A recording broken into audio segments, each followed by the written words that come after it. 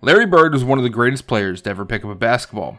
Alongside Magic Johnson, he was the defining face of the NBA during the 1980s. Together, their rivalry and brilliance transformed the league into a global phenomenon. But when you look at Bird, it's easy to ask, what exactly made him so successful? After all, he wasn't the most athletic guy on the court. He didn't have jaw-dropping speed. He wasn't a high flyer, and he didn't rely on brute strength. Yet, he dominated everyone in his path. Now, would Bird still succeed in today's NBA? Did he win just because his teams were stacked? And where does he rank amongst the greatest shooters of all time? Let's break down the life, career, and legacy of Larry Legend, the Hick from French Lick. Larry Bird was born in the small town of French Lick, Indiana, a place with only about 2,000 residents. His family lived in poverty, and his childhood was shaped by hardship and quiet resilience.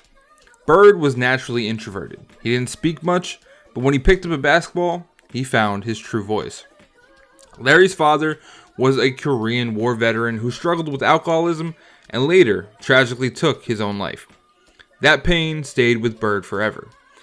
But he often said basketball was his way of escaping reality. For hours, he'd shoot alone on cracked courts or practice in the driveway until the sun went down. He grew into a 6'9" forward, but his basketball IQ allowed him to play virtually any position. Bird wasn't just tall, he was cerebral. He understood angles, spacing, timing, and the flow of the game at a level few others could match. By the end of his high school career, Bird had become the all-time leading scorer in school history. Colleges across the country wanted him. He initially committed to Indiana University to play for legendary coach Bobby Knight, but the intense spotlight and large campus overwhelmed him. Bird, true to his small-town nature, wanted something quieter. He transferred to Indiana State, a smaller program where he could thrive without constant pressure. And that decision changed basketball forever. At Indiana State, Bird was a force of nature. He averaged an astonishing 30.3 points, 13.3 rebounds, and 4.6 assists during his college career. In his senior year, the Sycamores went on a legendary 33-game winning streak, entering the 1979 NCAA tournament as the number one team in the nation. Their magical run ended in the finals in one of the most iconic college basketball games ever played. Indiana State faced Michigan State, led by none other than Earvin Magic Johnson. Over 35 million people tuned in to watch, making it the most watched college basketball game of its time. Bird scored 19 points, but Magic and Michigan State came out on top. Despite the loss, Bird won College Player of the Year and left as the fifth highest scorer in NCAA history. More importantly, his showdown with Magic laid the foundation for a rivalry that would define the NBA for the next decade. The Boston Celtics had drafted Bird in 1978, hoping he'd skip his senior year and join immediately. Instead, Bird stayed one more year in college. By the time he finally suited up for Boston in 1979, the Celtics were in shambles, coming off 2 losing seasons. But the second Bird put on that green and white jersey, everything changed. In his rookie season, he averaged 21.3 points, 10.4 rebounds, and 4.5 assists. More importantly, he turned the Celtics from a 29-win team to a 61-win powerhouse, a record 32-game improvement. Bird was named Rookie of the Year, made the All-Star team, and finished 4th in MVP voting. He proved he wasn't just talented, he was a franchise-transforming player. After Bird's rookie year, legendary Celtics executive Red Auerbach worked his magic. In a masterstroke, Auerbach traded for Robert Parrish and drafted Kevin McHale. Alongside Bird, they formed the famous Big Three that would dominate the NBA throughout the 1980s. The Celtics, now armed with talent and depth, became an unstoppable force. In 1981, just Bird's second season, they won the NBA championship, defeating Moses Malone and the Houston Rockets. Bird wasn't the finals MVP. That honor went to Cedric Maxwell, but everyone knew Boston's future rested on Bird's shoulders. Still, the road wasn't smooth. In 1982 and 83, the Celtics fell short, losing to Philadelphia and then Milwaukee. Critics wondered if Bird could win consistently, but those doubts didn't last long. By the mid-1980s, the NBA belonged to two men, Larry Bird and Magic Johnson. Their personal rivalry, built from the 1979 NCAA Finals, carried over to the pros. Every game between the Celtics and Lakers felt like a heavyweight title fight. In 1984, Bird had his breakthrough. After winning the league MVP, he led the Celtics to a final matchup against Magic's Lakers. In a grueling 7-game series, Bird averaged 27 points and 14 rebounds, capturing both the NBA title and Finals MVP. For Bird, it was redemption for the 1979 loss. The Celtics and Lakers met in the finals 3 times in 4 years, splitting the battles. Magic Showtime Lakers played with speed and flash, while Bird's Celtics emphasized toughness, half-court execution, and grit. Together, they revived a league that had been struggling with declining ratings since the 1970s. The pinnacle of Bird's career came in 1986. The Celtics added former MVP Bill Walton as their sixth man, creating one of the deepest and most talented rosters in history.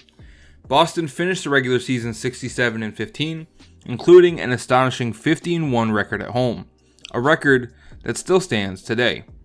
Bird averaged 25.8 points, 9.8 rebounds, and 6.8 assists, capturing his third straight MVP. That season also gave us some of Bird's most legendary moments. In February, he played a game almost entirely with his left hand, just to challenge himself. He finished with 47 points, 14 boards, and 11 assists after hitting the game winner in overtime. Later that year, he dropped a career-high 60 points on the Atlanta Hawks, so unstoppable that even the Hawks bench players were caught cheering for him. The Celtics stormed through the playoffs and beat Houston Rockets in the finals. Bird was named Finals MVP for the second time, nearly averaging a triple-double. Many historians still argue that the 1986 Celtics were the greatest team ever assembled. After '86, the Celtics began to slow down. Key players had aged, and the Detroit Pistons bad boys emerged as the new Eastern Conference powerhouse. Bird, meanwhile, suffered from brutal injuries. His back problems, made worse by an off-season accident chopping wood and surgeries on both Achilles tendons, robbed him of his prime athletic years. Still, even in pain, Bird remained elite. In 1987, he made one of his most famous plays, stealing an inbounds pass from Isaiah Thomas to save a crucial playoff game against Detroit. But despite Bird's heroics, the Celtics lost to the Lakers in the '87 finals. The following years were plagued by injuries, and Boston could never really reclaim their dominance. By the 1990s, Bird was a shell of his former self, physically speaking. He needed hours of stretching before games just to move comfortably.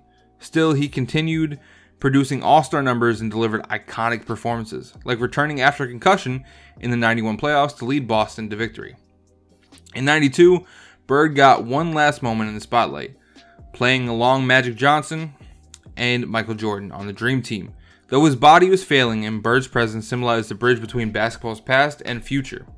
The team dominated the Olympics, and Bird retired shortly after with gold around his neck. Larry Bird wasn't just great because of his numbers. He was also the greatest trash talker the NBA had ever seen. In the 1986 three-point contest, Bird walked into the locker room, looked at the other competitors, and asked, "Which one of you is coming in second?"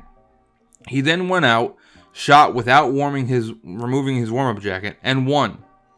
Against Indiana's Chuck Persons, Bird promised him a Christmas present. During the game, Bird hit a jumper right in front of the Pacers bench, turned to Person, and said, "Merry Christmas." He once told an opponent exactly where he would shoot from, then made the shot anyway. He accused teams of the disrespect when they put a white player on him, saying, "You better send someone better, or I'm dropping 40. Bird's confidence wasn't arrogance, it was reality. Now, would Larry Bird succeed in today's NBA? Absolutely. In fact, he might even be more dominant. Bird was a career 37.6% three-point shooter in an era where the shot wasn't emphasized. Give him today's spacing and a green light, and he's easily dropping 40% from deep. His basketball IQ, passing vision, and size would make a perfect modern forward like Doncic or Jokic, but with an even nastier competitive edge. After retiring, Bird didn't fade away. He became head coach of the Pacers in the late 90s and led them to the 2000 NBA Finals. Later, he served as the team president, building rosters that competed at the top of the Eastern Conference. He became the only person in NBA history to win MVP, Coach of the Year, and Executive of the Year. His influence on basketball extended far beyond his playing days. When he retired, Bird had 3 championships, 3 MVPs, all consecutive, 2 Finals MVPs, 12 All-Stars, and a reputation as one of the greatest 10 players ever. He was never the fastest, strongest, or most athletic, but from the neck up and from his fingertips to the basket, he was a pure basketball genius. Magic Johnson once said, "There will never, ever be another Larry Bird." And he was right.